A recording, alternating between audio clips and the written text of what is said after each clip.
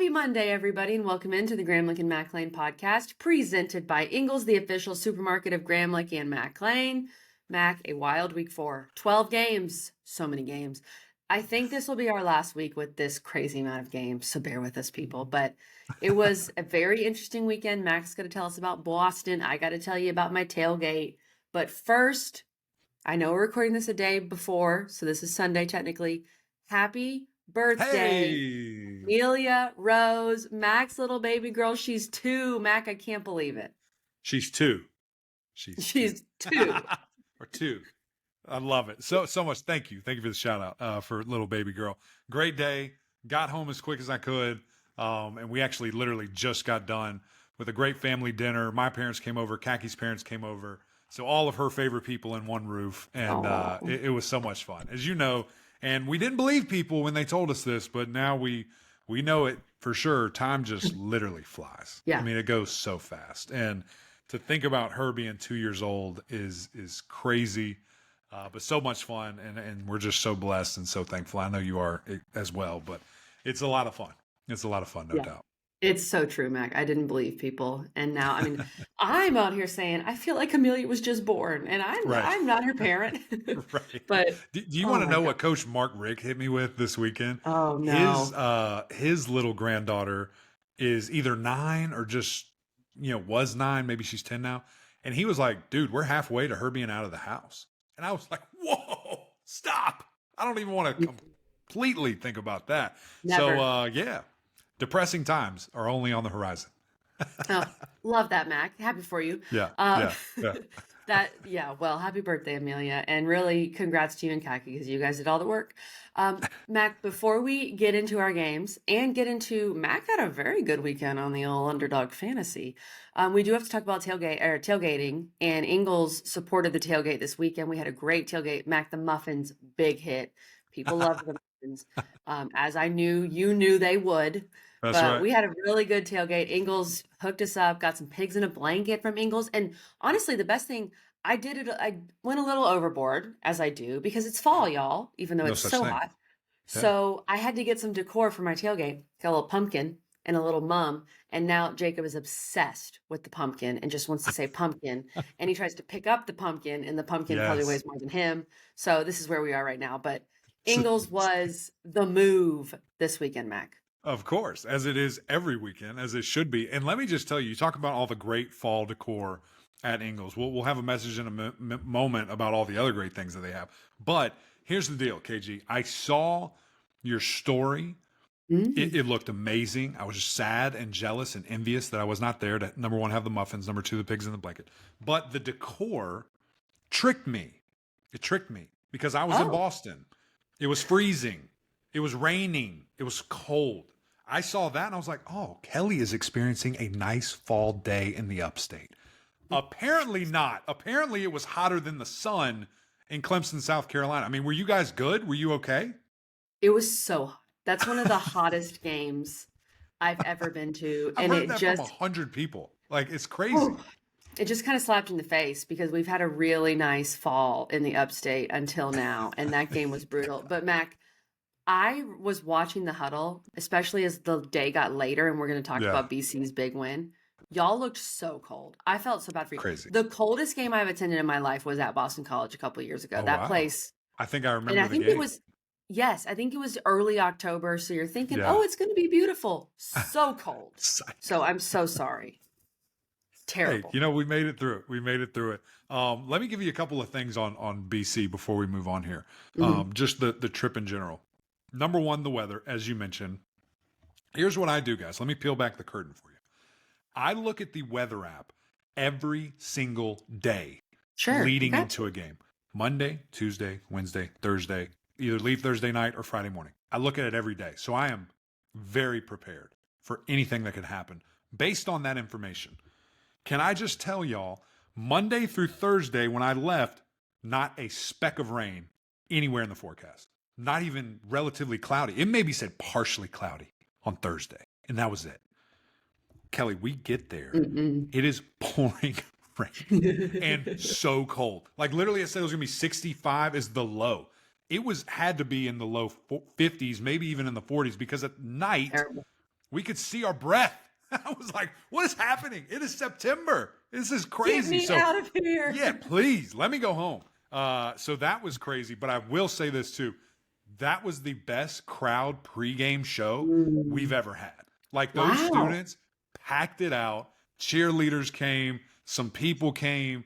It was awesome. They were loud. They were deep. They had signs, body paint. I'm like, hey guys, we're not game day, but I love this. This is awesome. So a new standard has been set by one of the smallest schools in the conference. That's what we need to see. That's the energy, because it was a great show and it was a lot of fun.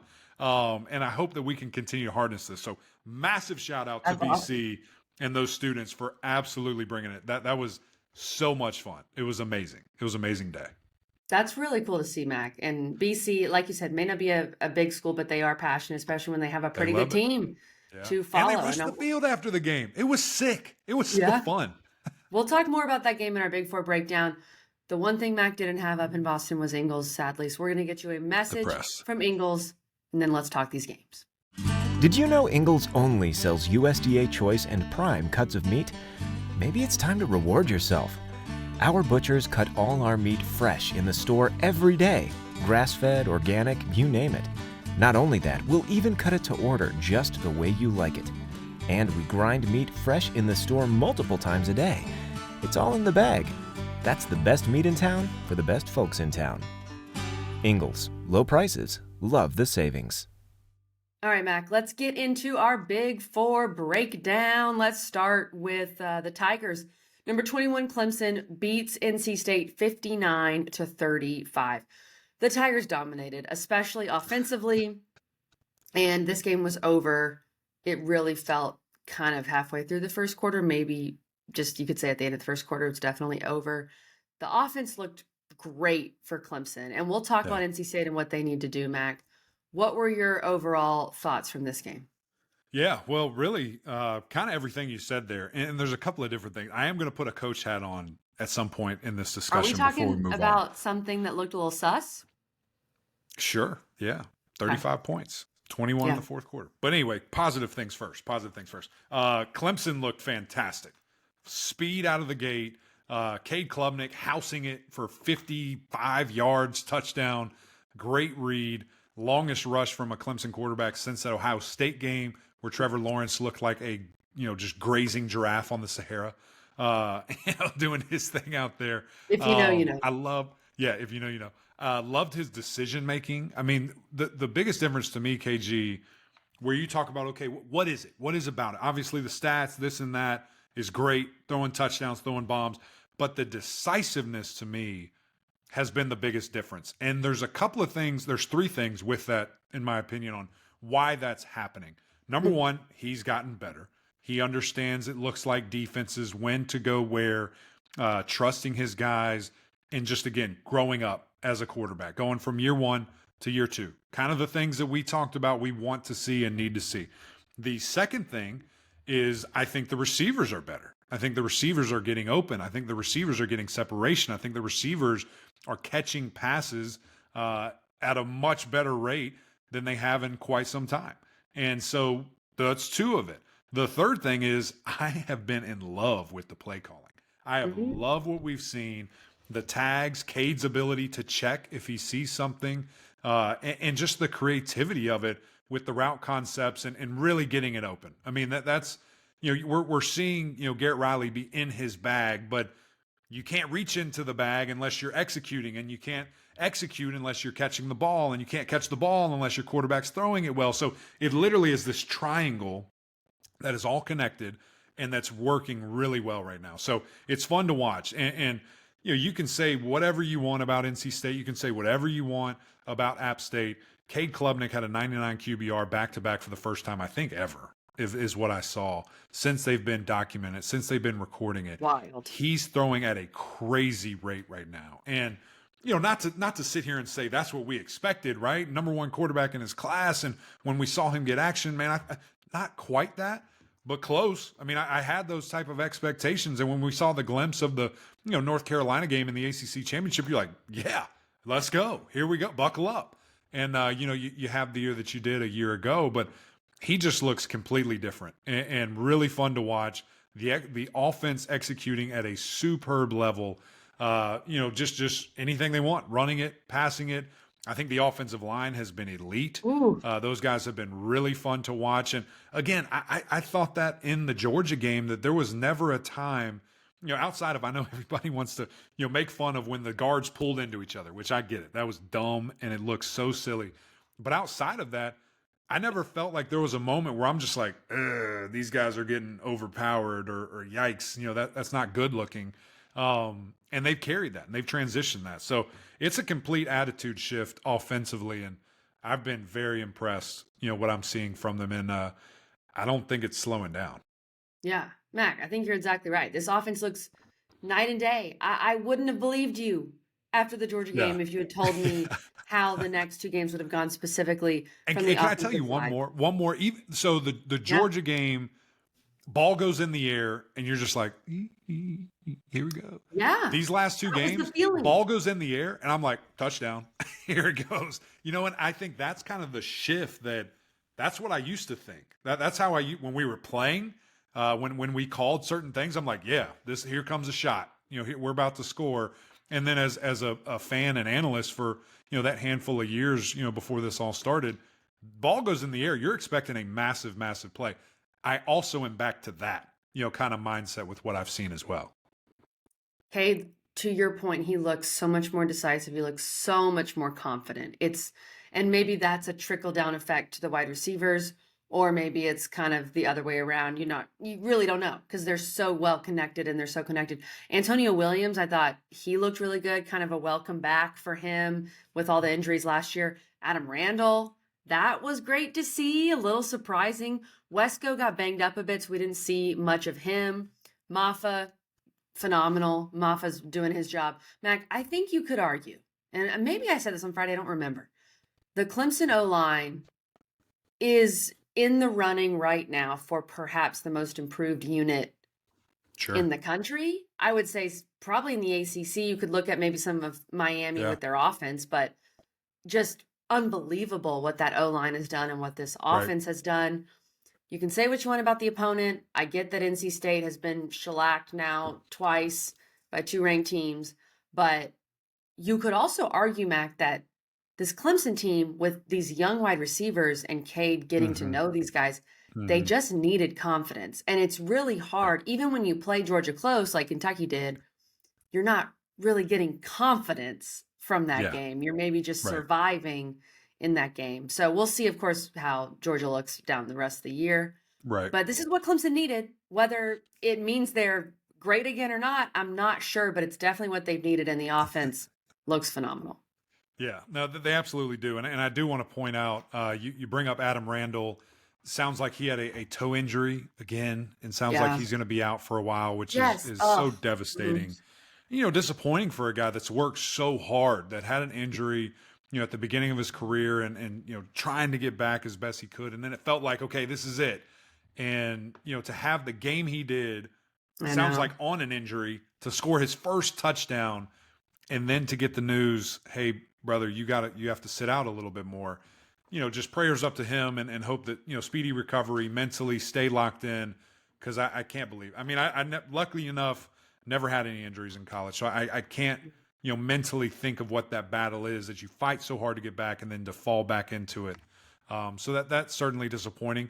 And on the other side of it, other guys get more reps. We're going to see more from TJ Moore now. We're going to see more from other guys, and didn't see Tyler Brown either. He was kept out of this game as well. So it's going to be interesting to just see. Yeah, or Peter Woods. It's going to be interesting to see offensively how they keep going. Yeah. Well, let's use that to transition to this defense. And then we're going to talk some NC State too, because we don't want to forget about NC State. We don't want to forget about the teams in the triangle, even though they're kind of making us want to forget about them. But no Peter Woods. This defense looked great in the first half. It was similar, I think, to App, where the depth, instead of saying the defense is sus, Mac, I'm going to say the depth is a little sus, because overall, your first string has looked pretty good in these last two games. And then you also have some young guys, like Sammy Brown was your leading tackler in this game, which I think is a really good sign. You held Concepcion, 2 weeks in a row. You held Concepcion to 5 catches for 40 yards, which was the key in this game. But ending up giving up 35, even though I know a lot of the younger guys were out there, still not ideal at the end Yeah. of the game, Mac. No, it's definitely not. And 21 being in the fourth quarter is like sickening. Like makes me Yeah, want to 21 to vomit 0. when I was watching it. Yeah, it is hilarious because we're sitting there, we're watching all these games, and NC State just keeps scoring, and I'm like getting pissed in the green room, and everyone's like making fun of me. They're like, "Dude, you're winning by 30 points. Like, what's happening?" I'm like, "Yeah, but do you see this? Come on, just a little bit of a lack of execution." To have a team rush for nearly 180 yards on you, and a lot of that, not a lot of it, most of it was in the second half. NC State averaged like 1 yard a rush in the first half. It got up to 9 in the second half. Like that's a big deal. That's not great. And so again, that depth. Glad you're getting reps because obviously you need it, and that's important. And I needed it too when I was a young player. It's one of those things, but you just want to see guys taking more advantage, of those opportunities, executing at a higher level. You shouldn't be scored 35 points on that. That's a lot. That's a lot, especially when you do get your chance. But there were some bright spots. As you mentioned, Sammy Brown, I think, has looked like a baller. I think he's ready right now to take more on his plate in meaningful, type of games. Obviously, these last two, he's had an abundance of opportunity, and Coach Sweeney has echoed, very excited about what he's been able to do. Had 4 tackles for loss against NC State. Ridiculous. That's crazy from the linebacker position. That guy is very fast, triggers in a hurry.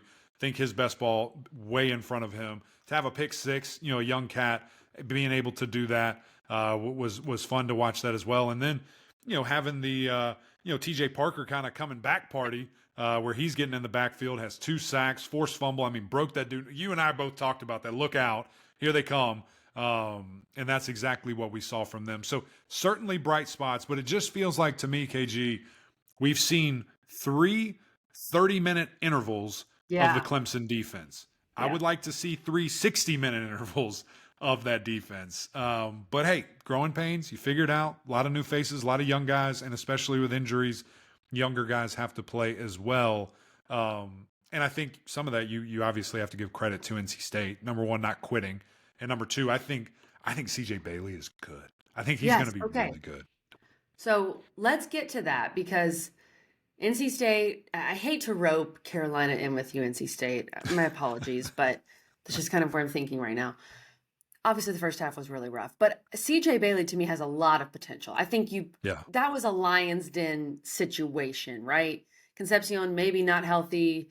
You're playing at Death Valley. Clemson's just super motivated, and this is CJ Bailey's first start. But I like him a lot. I think this could be a guy. It might have to take some lumps this year, especially because it feels like the O-line and some of the skill players aren't performing like we thought. But I think he could be a really good player for NC State. Yeah, no, 100%. And really, even from the first snap, that he took after Clemson obviously drives down the field and looks great, in a hurry, I was like, okay, I like this. Yeah. I like what it looks like. And now that was only, 2 or 3 plays, and then it led to a punt. But the first play where they, roll him out, he gets a nice, easy pass. I mean, it literally was the first play Clemson ran against Georgia, and they just connected on it for a 15-yard completion or a gain, and I love that and saw, okay, first down is important. Let's see where they go from here. And then, of course, the punt. But liked his decision-making overall. I thought there were a couple of times where you did see the freshman. Like it was almost like predetermined he was going to pull the ball, and it was clearly a give. Like you got to hand it to your guy when you're looking at a certain thing. That ended up being a tackle for loss or a big play, things of that nature. But fitting the ball in space, there were a couple of, I thought were going to be picks, but they just seated right in the middle of guys, floated one right over Khalil Barnes' head for a big completion. So there was certainly flashes. I think it's a weird thing because I am so future thinking, but I also don't want to waste right now. Yeah. I would love if he could just kind of wait a little bit. If he could just go back to sitting and grow and play when you can.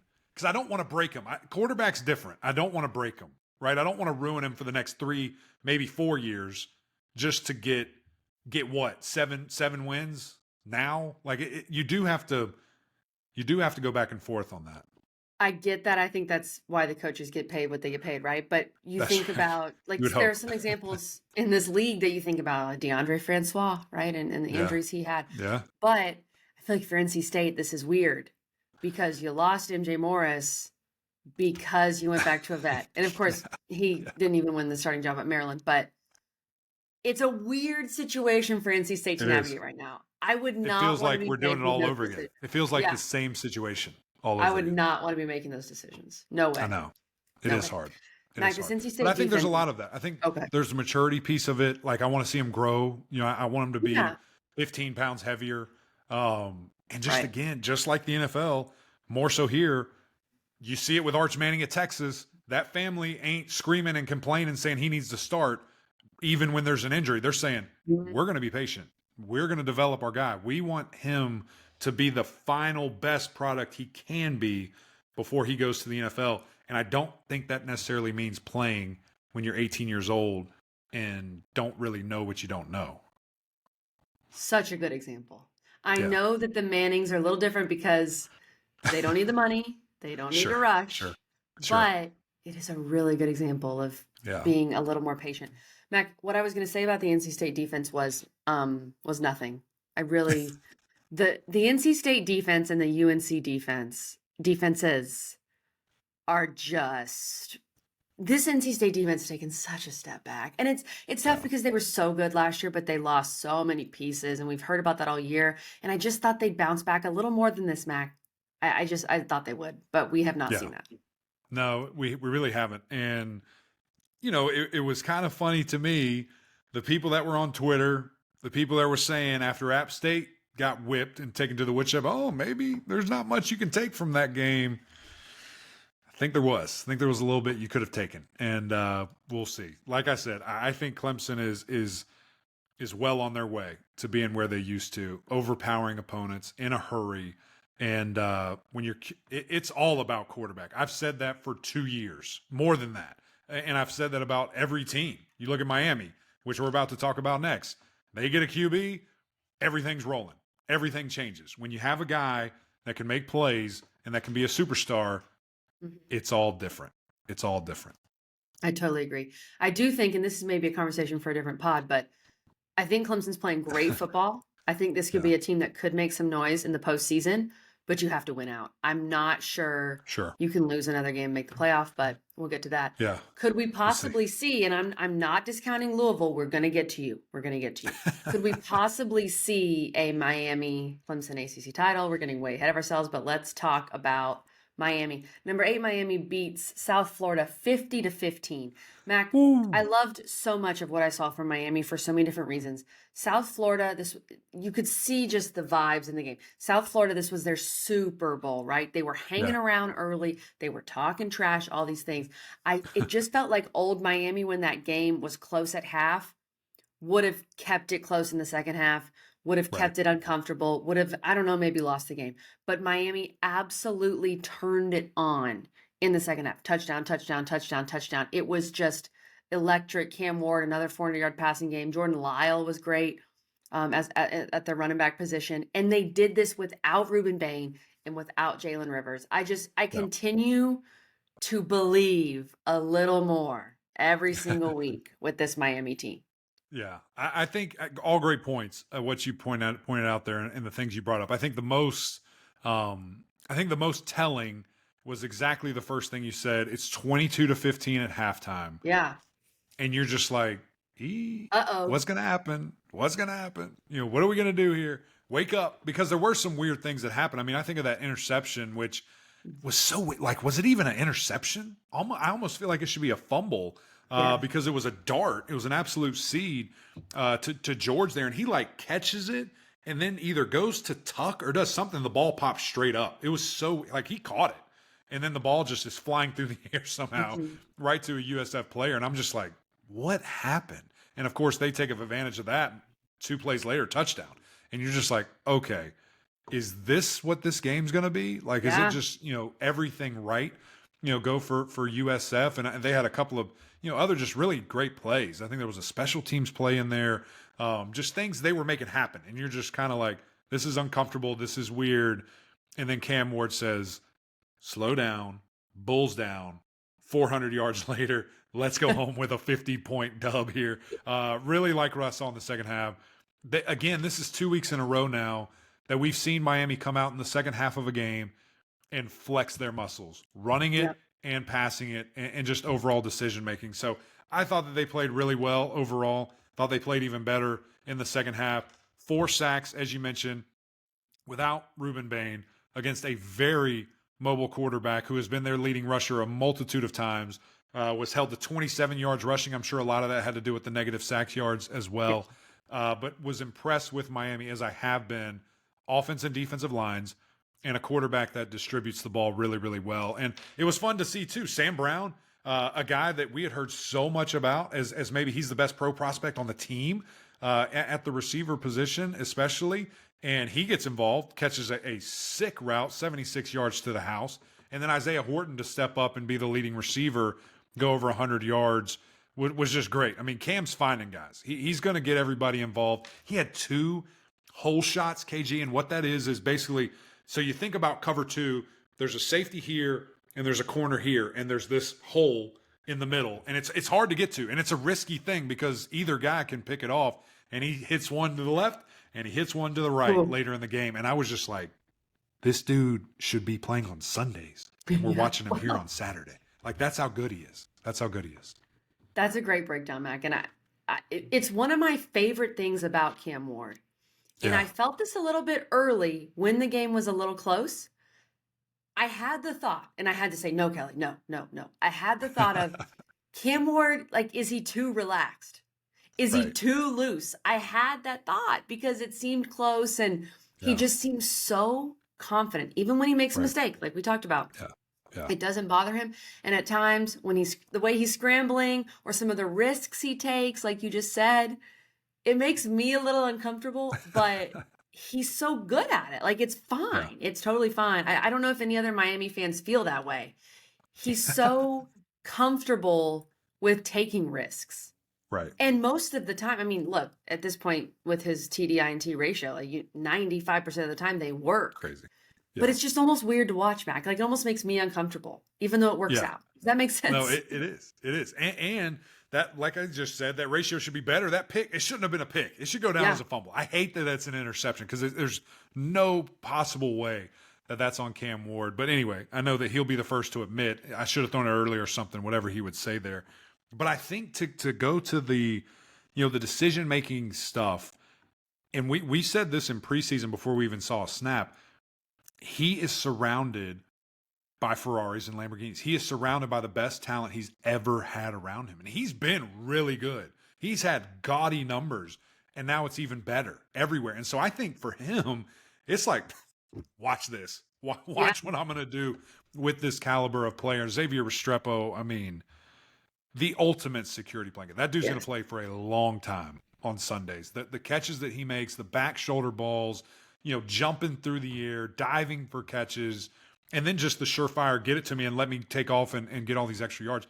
Miami's in a really good place right now. I think, as we have said for quite some time, if you believe they can win the ACC championship, which I think everybody does now, you think they can play for a national championship. It's not about playoff. It's about the very tippy top, and I think that's exactly where Miami is right now. I think they're the only thing that can get in their way. Totally agree. And I also like that they're not flying under the radar because everyone knows they're top 10, but because they haven't played a big opponent last couple of weeks, they're kind of flying under the radar, and I like that for them, right? A little less just, people talking, but they do get Virginia Tech this Friday. That all changes in 6 days. Fun game. Even though Virginia Tech, we'll get It's just standalone. It's a standalone, and everybody's going to be watching. Everybody gets to see Cam. I mean, they're going to blow up. They're going to blow up after that game if they take their business. Game's at home. So we'll be talking about that game this week for sure. Mac, number 19, Louisville. They beat Georgia Tech 31-19 at home. Georgia Tech does not cover, even though they had every chance to cover. Mac, I'm mad. I think what this game came down to was a lot of what we talked about. Georgia Tech's turnovers and the 2 missed field goals were killer for Georgia Tech. Would have covered. Louisville was just solid. They didn't make mistakes. I thought that Shuck was really good. He hit the big bombs when he needed to. He made good decisions. He looked like a veteran out there. Ja'Cory Brooks was electric. I said I thought Georgia Tech had better skill players. I think that maybe was right, except for Ja'Cory Brooks, who balled out. And even though neither team ran it that well, Louisville just kind of controlled the game, managed the game, and made less mistakes. Yeah, no question. And I think what's interesting, though, is if you cover up the scoreboard or cover up the scoring, kind of breakdown right here, and you look at it and you see Haynes King 300 yards, Right. Haynes King explosives of 45, 51, 33, 28, and had a 26-yard run, you're probably like, yeah, Georgia Tech won this game. Or Georgia Tech found it away. Or I'm going to say, did he turn it over? That'd be my next question. Right. On top of, they held Louisville to 63 yards. Yeah. Yeah, Louisville couldn't run. They won the game. They couldn't run it. But you just saw a team find a way. You found a team find a way. They took their shots. Tyler Shook was extremely efficient. 13 of 19, 2 touchdowns, 270 yards to the air. Score on special teams. Put yourself in position to win. And ultimately, 7 tackles for loss, really be able to reroute the line of scrimmage, I thought, from that defensive line standpoint and just overall defense. It was impressive. And this is what you need to see from teams. And we thought we would learn a bunch from this game, especially about Louisville. And kind of everything that I believed kind of stood true. Now, I thought the defense would be a little bit better, but Haynes King is that guy. We know that. Yeah. And we know this offense is legit, from Georgia Tech. And that was their best day. I mean, he had not been pushing the ball downfield at all. I think his average per completion or even average per attempt was like 5 yards. And I just rattled off 45, 51, 33, 28. Like we hadn't seen that all year long. So great to see that from him, although it being a loss. But I think Louisville is really right there making some headway, kind of solidifying who they are. And it's going to be fun. Can they continue that? Because obviously they're well coached and a good team. I think Louisville's building. They're building up, especially with the 2 games they started with. You're almost easing into the season, which is nice that you're kind of got a preseason a little bit if you're Louisville. This is, it's kind of true. This is the best team you've played by far. You win the game. You control the game. 0 turnovers. Just clean from Louisville. Now, what do we see, though, next week? Playing at Notre Dame. That's going to be interesting to me. I think this is a whole – now, look, Notre Dame lost to Northern Illinois at home. I don't think Notre Dame is that good. But it's a revenge game for Notre Dame from last year where you beat them pretty badly in Louisville. You got to go to Notre Dame. And to beat Notre Dame, I think you have to be able to run it a little better, especially on the road in their house. But I like the calm. I like the veteran presence from Shook. I just like the calmness. Is that a word? The calm overall from Louisville, just looking like they know what they're doing. They belong. They expect to win. I think we learned a good bit about Louisville, but I think we're going to learn a lot with this Notre Dame game. Well, no question. And here's the deal. Last year, what did we say about Louisville seemingly all year long, especially in the preseason? Team of mystery. Very favorable. Very favorable schedule. Oh. Very favorable schedule. That was like 2 years ago. 2 years ago, team of mystery. There's been a lot of team of mystery with Louisville. I thought they were the team of mystery last year too. They might have been. I swear in the ACC championship. We didn't know anything. They had all these transfers. Just because of who they you're right. Yeah. I feel that too. Easy schedule. You have at Notre Dame. You have Miami. You have at Boston College, at Clemson, at Syracuse, back to back to back.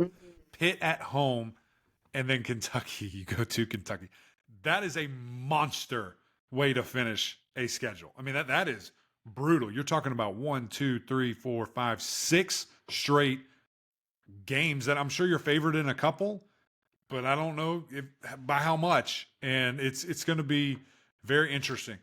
Can't wait to see what Louisville does. And are they pushing, for not just a bid in the championship game, in the ACC championship game, but are they potentially sitting there as the 3rd team if they don't make it? And the people are like, maybe they're in. Maybe they're 11, 12 seed. Who knows? They've got the schedule to do it, I think, if they don't necessarily make it to the championship game. I think we all agree that at least at this point, Miami first, then Louisville and Clemson have separated. It feels like a 3-team race right now. But hey, Yeah. a lot could change. Duke and Pitt are undefeated, baby. So I'm not overlooking I it. maybe have Pitt. I maybe have. Let's think about it this way. I think it's a truck. I think that Miami's driving.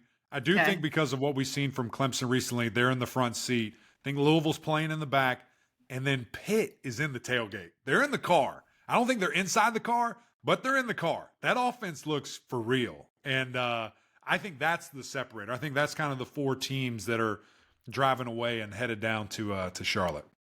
I love that analogy, Mac. That is perfect. And of course, you put them in a truck. That's amazing. Come on. Okay, we're going to get to, let's run through our other big winners, and then we'll talk about some of the kind of you better nots at the end here.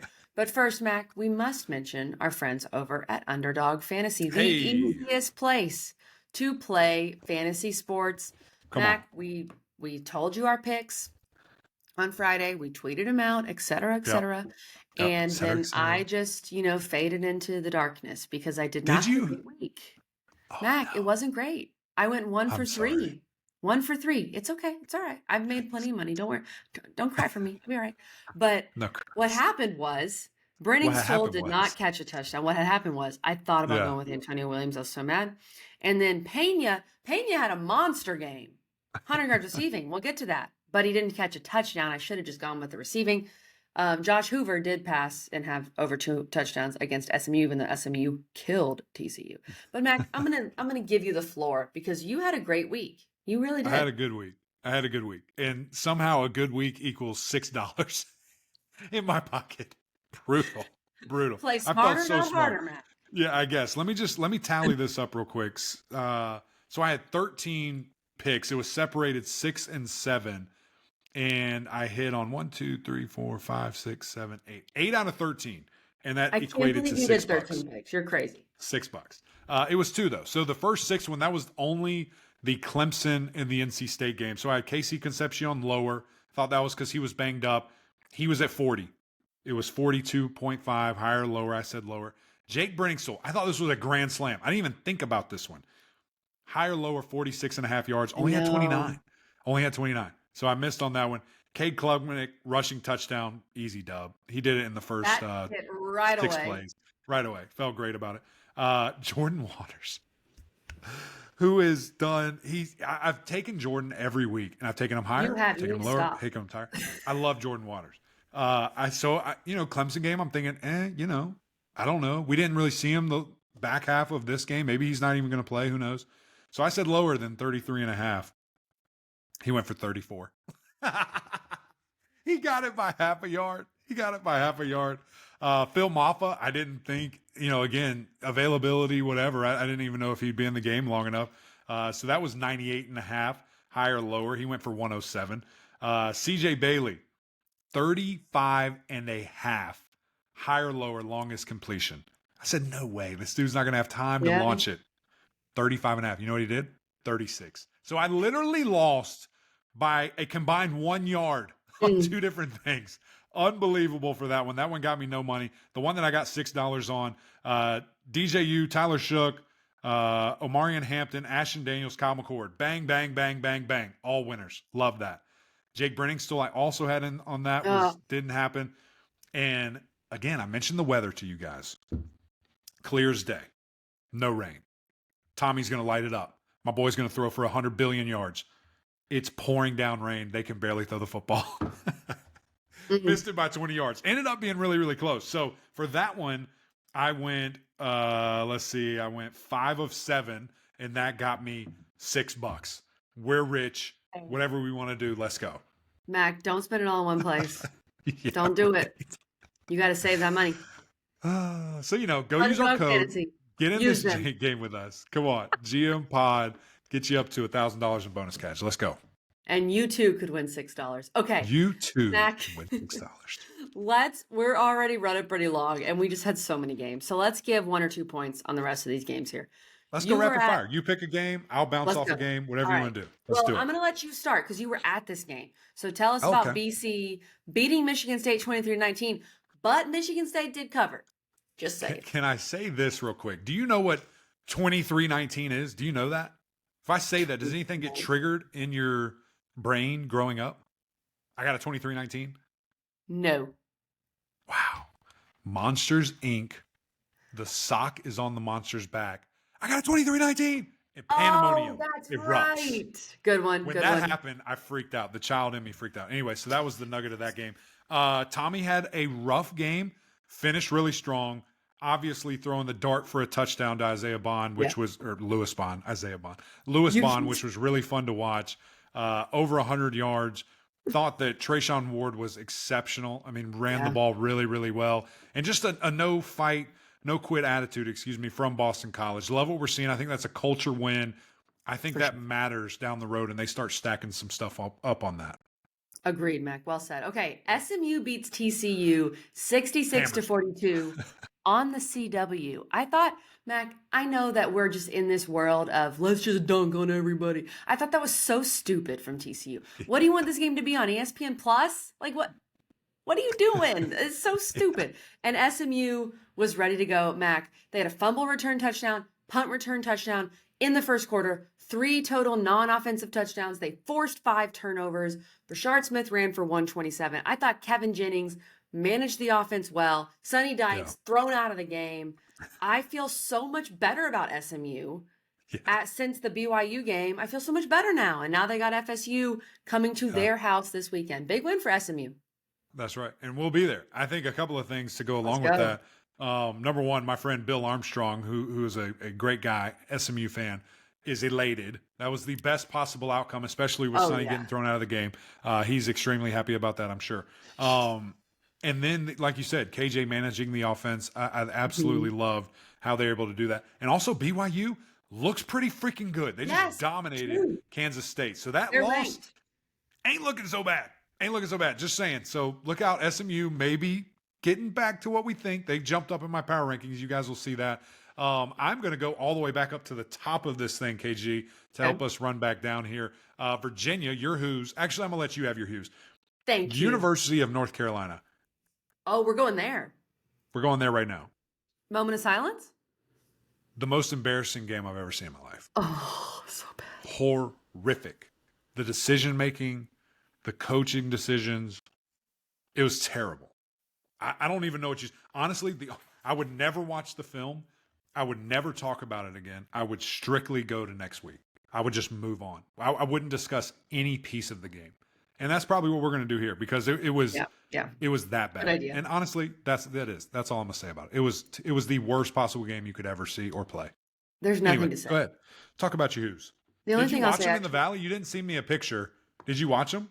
I had to watch the game replay, the condensed game replay on YouTube because it was too hot for me to be dealing with. My phone would have exploded from the heat.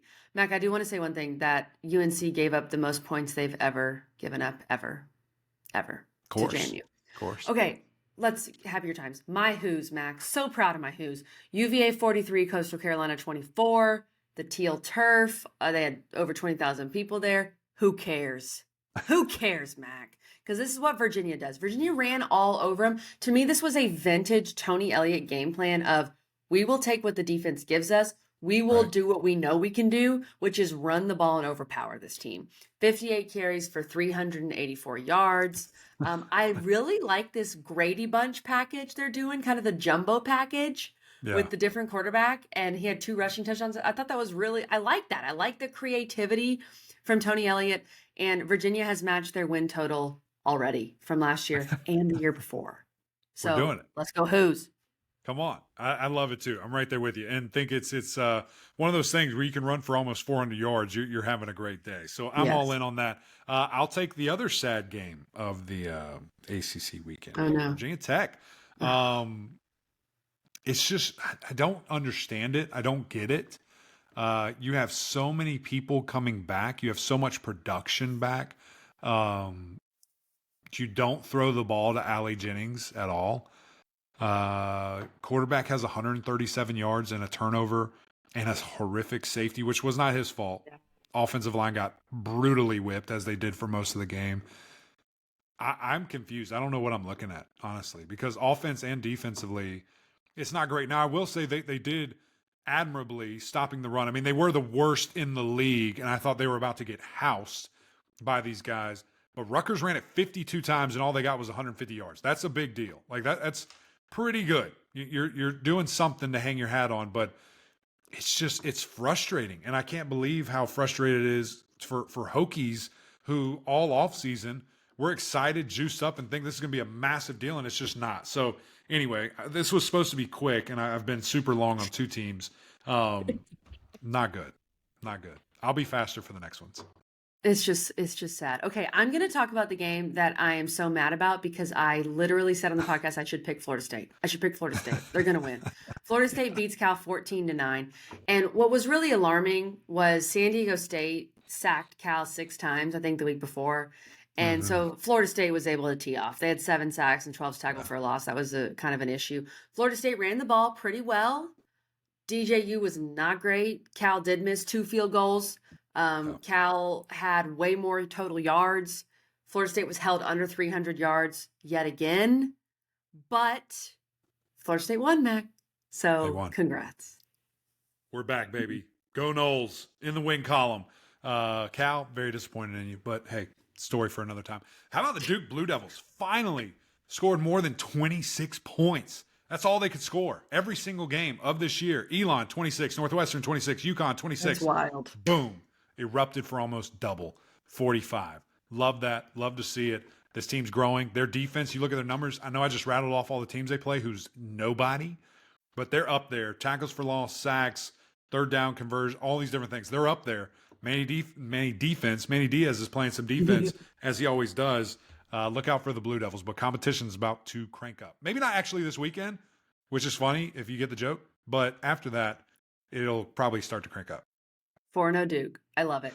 Okay, I'm going to give some credit to Stanford here. Stanford beat Syracuse. Everybody watching that game Friday night, they beat them 26-24.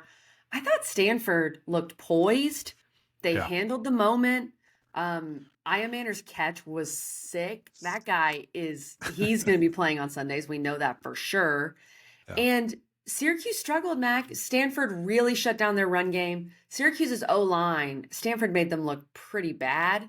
And then the 2 Kyle McCord picks were rough. But I want to give credit to Stanford because I thought they looked good. They looked poised. They handled the moment. They handled the crowd there at Syracuse. Disappointed for Syracuse for sure. And, of course, Stanford goes to Clemson this week. That's your reward. Welcome to the ACC. I will finish with Pitt here. Really disappointing third quarter. Oh. Okay. You scored 21 in the first. You scored 21 in the second. You scored 21 in the fourth. You only scored 10 in the third. Kind of embarrassing. That total, that adds up to 73. Just kidding. Great game. Love what I saw from them. Run the heck out of the ball. Eli Holsting, really, really good. This is going to be a fun team to continue to watch. They have a bye. A bye week. They have a bye. So, great. We got to just think about Pitt and how good they are. Hopefully, they're ranked soon. They play North Carolina next. Congrats on the dub. So anyway, we'll talk about them later. Appreciate you guys. This is like the longest episode we've ever had. Fun weekend. We have so many games. It gets less. This weekend, it's going to be a little smaller. Big Friday night game. Tune in all week. We'll have great episodes. Wednesday will be a big one. Cannot wait to have that guest on with us. And then, of course, Friday, going through all these games, and we'll give you picks, higher, lowers, whatever you need. Appreciate you guys tuning in. Jump over to YouTube, subscribe. Until next time, we'll see y'all.